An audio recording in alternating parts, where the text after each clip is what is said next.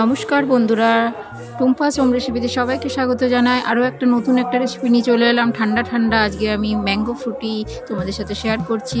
দেখো কত সুন্দর হয়েছে দেখতে, একদম লোভনীয় লাগছে। একদম 10 মিনিটে তোমাদের হয়ে যাবে এই ম্যাঙ্গো ফ্রুটি।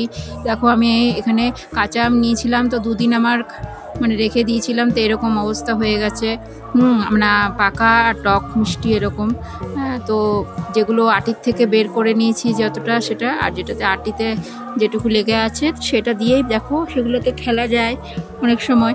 তো এইগুলো ফেলে না দিয়ে এরকমভাবে ম্যাঙ্গো ফ্রুটি তোমরা তৈরি করে নিতে পারবে। এরকম ম্যাঙ্গো সব আটিগুলো আমি শুধু নিয়ে নিয়েছি। আটিগুলো নিয়ে পরে আমি 10 মিনিট এটা একটু ফুটিয়ে নেব, বয়েল করে নেব, সেদ্ধ করে নেব। এটা কাঁচাও করা যেতে পারে, কিন্তু কাঁচাটাতে এটা পাল্পটা অতটা বেরোবে না যতটা এটা ইয়েতে বয়েল করলে যেটা বেরোবে পাল্পটা।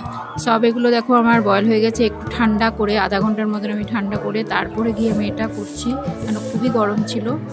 তো এবারে দেখো পাল্পগুলো দেখো কত জলদি বেরিয়ে যাচ্ছে। বা সেগুলো এক একটা করে আমি সব পাল্পগুলো দেখো বের করে নিচ্ছি। কত দেখো আমাদের এইটা আমি ফুটিয়ে পরে এটা সেদ্ধ করে কত ঘন একদম বেরোলো দেখো আমের পাল্প। সেটা আবার দেখো ছেঁকে নিচ্ছি, যেটা আমাদের আমের যে টাস থাকে সেটা ছেঁকে পরে যেটা বেরোবে সেটাই আমি বানাবো। ছেঁকে দেখো এই যতটা আমি বের করার এটা বের করে নিয়েছি। তারপরে দেখো আমের আটিগুলো একদম পরিষ্কার হয়ে গেছে। তারপরে দেখো আমি গ্লাসে আমি এটা দেবো। তো সেই গ্লাসে একটু ডেকোরেশন করেই ভালো লাগে এগুলো খেতে। তো সেই গ্লাসে আমি দেখো লঙ্কা আর একটু নুন লবণ নিয়ে পরে সেটা মিলিয়ে নিয়েছি, সেটা পরে একটু কাজে লাগবে। আর এটার মধ্যে আমি দেখো মিশিয়ে দিয়েছি আধখানা লেবু আর একটু পেঁদুনে পাতা একটু দিয়ে দিলাম রসটা। আর আমি দিয়েছি দুলালের তালমিছরি, যেহেতু আমি চিনি দিয়ে এটা বানাবো না, তালমিছরি 1 চামচ দিয়ে দিয়েছি। যেহেতু আমি ঘরে বানাচ্ছি তাই আমি এটা করে এরকম করতে পারছি।